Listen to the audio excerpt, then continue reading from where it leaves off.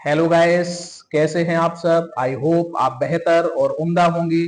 तो पिछली वीडियो में हमने एक्सरसाइज 3.1 के क्वेश्चन नंबर 4 तक क्लियर किए थे। Next question number 5। एक आयताकार बाग जिसकी लंबाई उसकी चौड़ाई से 4 मीटर अधिक है का अर्ध परिमाप 36 मीटर है। बाग की विमाएं ज्ञात करो। तो ध्यान दें, हमने माना बाग की चौड़ाई x मीटर है, तो बाग की लंबाई हो जाएगी। उसने दिया है कि एक आयताकार बाग जिसकी लंबाई चौड़ाई से 4 अधिक है। अगर चौड़ाई x मीटर है तो लंबाई हो गई x प्लस 4 मीटर। ठीक है। बाग का अर्ध परिमाप 36 दिया है। बाग का अर्ध परिमाप आपको दिया हुआ है 36 है। तो आयत का परिमाप होता है 2 कोष्टक लंबाई धन चौड़ाई बराबर 36, लेकिन उसने इसमें लिखा है अर्ध परिमाप, तो इसको आधा कर देंगे। जब आधा करेंगे तो 2 से 2 ये कट जाएगा। लंबाई प्लस चौड़ाई, लंबाई की वैल्यू है x प्लस 4 और चौड़ाई है x बराबर 36। x और x हो गया 2x प्लस 4 बराबर 36। तो 2x बराबर हो जाएगा 36 से 4 घटाएंगे तो ये आ जाएगा 32। तो x बराबर आ जाएगा 2 का ये भाग लग जाएगा 16 दूनी 32। तो बाग की चौड़ाई आ गई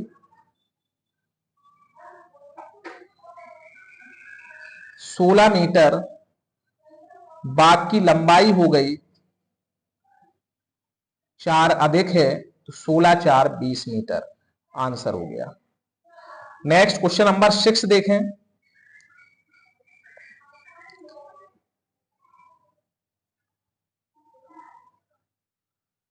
क्वेश्चन नंबर 6 में ये कह रहा है आपसे, निम्नलिखित समीकरण निकाय में प्रत्येक के बारे में बताइए किसका अद्वितीय हल है, कोई हल नहीं है अथवा अनेक हल है। ठीक है, तो हमें जांच करनी है।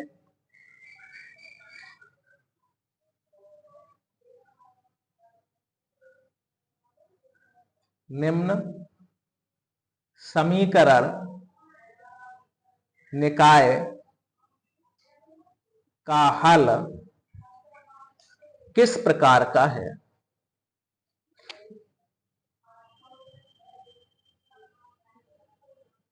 ध्यान दें, क्वेश्चन इसका पहला पॉइंट है 2x प्लस 3y बराबर 7। दूसरा समीकरण है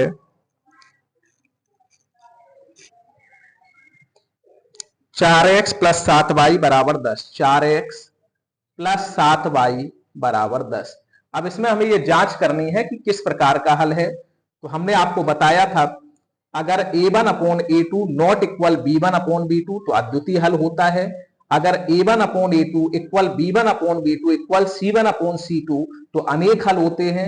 अगर a1 upon a2 equal b1 upon b2 not equal c1 upon c2 तो कोई हल नहीं होता है। तो अब हम इसकी जांच करेंगे। सबसे पहले हमने निकाला a1 अपॉन a2, तो a1 की वैल्यू 2 है, a2 की वैल्यू 4 है, इसको कैंसिल करेंगे। 2 एकम 2, 2 दूनी 4। अब निकाला b1 अपॉन b2, तो b1 की वैल्यू 3 है, b2 की वैल्यू 7 है, तो ये निकला 3/7। आपने देखा a1 upon a2 not equal आ रहा है b1 अपॉन b2, तो इसका मतलब हमने आपको बताया था कि अगर a1 upon a2 not equal b1 upon b2 तो समीकरण निकाय का एक अद्वितीय हल है। अतः समीकरण निकाय का एक अद्वितीय हल है। ठीक है, इसी तरीके से इसका सेकंड पॉइंट है, थर्ड पॉइंट है, इन सब में आपको जांच करनी है। इसमें दिया हुआ है 6x प्लस 5y इक्वल 11, पहला समीकरण है। दूसरा समीकरण है 10x plus 35 upon 2y equal दिया हुआ है 25। ठीक है, तो इसमें भी जांच करनी है कि किस प्रकार का हल है। ठीक है, नेक्स्ट इसी तरीके से अब क्वेश्चन नंबर 7 है।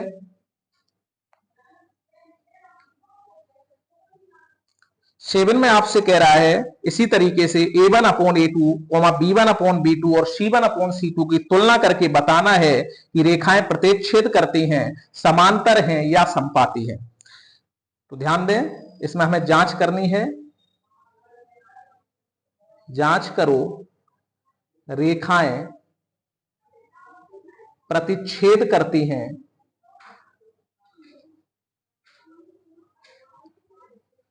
समांतर हैं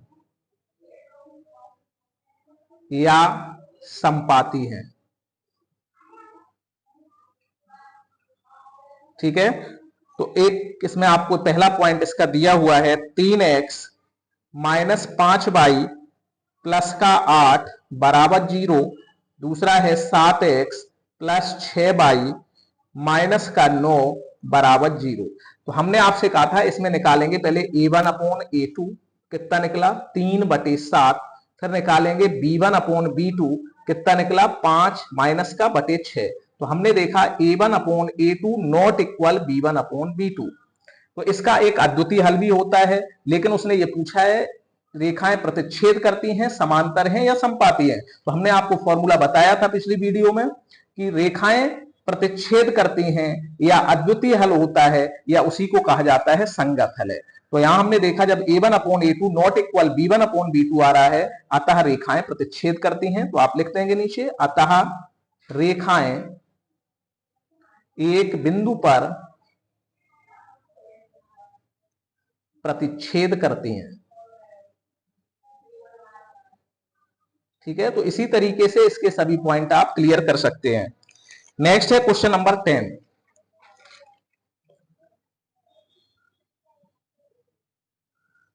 क्वेश्चन नंबर 10 है, इसमें भी ये कह रहा है संगत और असंगत की जांच करनी है। क्या समीकरण निकाय 4x माइनस 5y माइनस 12 बराबर 0, 10y प्लस 20 बराबर 8x, 10y प्लस 20 बराबर 8x संगत है अथवा असंगत। इसमें केवल संगत असंगत बताना है। तो ध्यान दें, सबसे पहले समीकरण को सही रूप में लिख लें। पहला समीकरण तो सही लिखा हुआ है 4x प्लस 4x माइनस का 5y बराबर हो गया 12। 4x माइनस 5y माइनस का 12 है, पश्चांतर करेंगे प्लस का हो जाएगा। इसमें क्या दिया है 8x प्लस का है, पश्चांतर करेंगे इधर लाएंगे तो माइनस का हो गया। 10y प्लस का वैसे ही लिखा, 20 का पश्चांतर करेंगे तो माइनस का हो जाएगा। ये दो समीकरण बन गए। अब इसमें हम तुलना करेंगे, a1/a2 निकाला तो 4/-8, 4 एकम 4, 4 दूनी 8। इसी तरीके से b1/b2 निकाला तो -5/10, इसको काटेंगे तो 1/2। c1/c2 निकाला तो 12/20, इसको काटेंगे तो 4 तिया 12, 4 पंचे 20। तो आपने देखा दो तो इक्वल आ रहे हैं, तीसरा इक्वल नहीं आ रहा है। a1/a2 इक्वल आ रहा है b1/b2, लेकिन नॉट इक्वल आ रहा है c1/c2। तो हमने आपको फॉर्मूला बताया था कि अगर a1/a2 इक्वल आ जाए b1/b2, नॉट इक्वल आए c1/c2, तो इसका कोई हल नहीं होता और यहां पर रेखाएं समांतर होती हैं और ऐसे हल को असंगत हल बोला जाता है। तो क्या हो गया, उसने संगत असंगत पूछा है तो हम कह सकते हैं अतः निकाय असंगत है। ठीक है, संगत असंगत पूछा था तो कैसा हो गया, असंगत है। Next question number 11। ध्यान दें, ये कह रहा है रेखाओं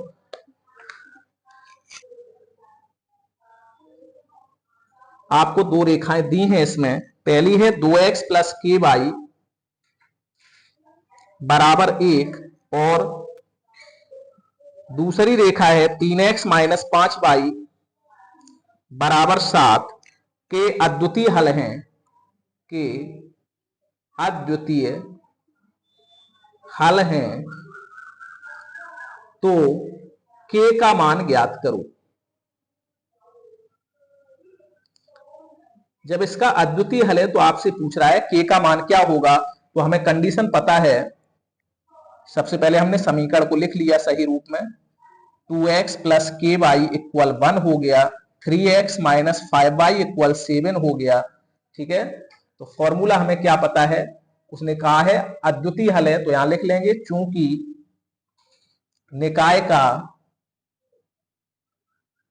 एक अद्वितीय हल है, जब इसका अद्वितीय हल होता है तो कंडीशन होती है a1 upon a2 not equal b1 upon b2। ठीक है, वैल्यू रखें यहां पे, a1 की वैल्यू है 2, a2 की वैल्यू है 3, नॉट इक्वल का चिन्ह लगा दो, b1 की वैल्यू है k, b2 की वैल्यू है -5। कैंची गुणा कर दें, 5 का गुणा 2 में करेंगे तो 5 दूनी 10। ठीक है, नॉट इक्वल 3 का k में करेंगे तो 3k, तो k नेट नॉट इक्वल हो जाएगा 10/3 माइनस का। ठीक है, तो यही पूछा था k की वैल्यू क्या होगी। ठीक है, इसी तरीके से क्वेश्चन नंबर 12 देखें। ठीक है, 12 में क्या कह रहा है, यदि समीकरण निकाय kx माइनस 5y बराबर 2, 6x प्लस 2y बराबर 7 का कोई हल नहीं है तो k का मान क्या होगा। ठीक है, तो 12 में देखें ध्यान से, आपको दिया हुआ है समीकरण 12 में kx माइनस 5y बराबर 2 तथा 6x प्लस 2y बराबर 7 का कोई हल नहीं है तो k का मान क्या होगा। बिल्कुल सेम ऐसी तरीके से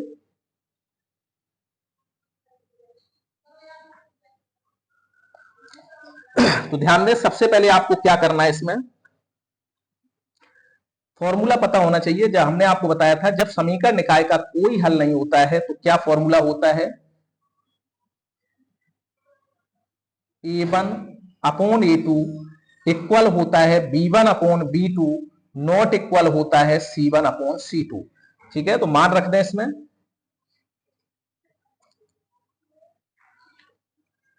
ध्यान दें a1 की वैल्यू कितनी है कि a2 की वैल्यू है 6, b1 की वैल्यू है -5, b2 की वैल्यू है 2, c1 की वैल्यू है 2, c2 की वैल्यू है 7।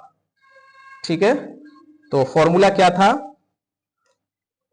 जब कोई हल नहीं है तो उसका फॉर्मूला क्या बताया था हमने, a1 upon a2 equal b1 upon b2 not equal c1 upon c2। जब कोई हल नहीं हो, अनंत हल हो तो तीनों इक्वल होते हैं। ठीक है, तो उसने ये कहा है इसका कोई हल नहीं है, तो इसका मतलब a1 upon a2 equal b1 upon b2 not equal c1 upon c2। तो हमने वैल्यू रख दी यहां पे। तो अब क्या हो जाएगा, जब इसको सॉल्व करेंगे, पहले तुलना कर दो, दो की तुलना करने पर जब इसकी तुलना करेंगे तो k अपॉन 6 इक्वल हो गया -5 अपॉन 2, कैंची गुणा कर दो, k इक्वल 6 5 30 अपॉन 2, 2 से ये कैंसिल हो जाएगा 15 बार, तो k इक्वल आ गया -15। इसी तरीके से इसकी तुलना करेंगे तो k अपॉन 6 नॉट इक्वल है 2 अपॉन 7, तो k नॉट इक्वल हो जाएगा 6 2 12 अपॉन 7। तो k की दो वैल्यू आ गई, एक वैल्यू हो गई k इक्वल -15 और k नॉट इक्वल हो गया 12 अपॉन 7।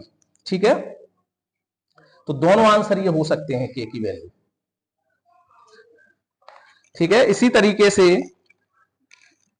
अब आप इसका क्वेश्चन नंबर 13 भी कर सकते हैं। इसमें ये कह रहा है कि इसके अनेक हल हैं, वैल्यू k की ही निकालनी है। ठीक है, तो 13 तक आप लोग क्लियर करेंगे। तो वीडियो आपको कैसी लगी कमेंट करके जरूर बताएं, वीडियो को लाइक कर दें, शेयर कर दें। अगर अभी तक आपने चैनल को सब्सक्राइब नहीं किया तो चैनल को सब्सक्राइब कर लें।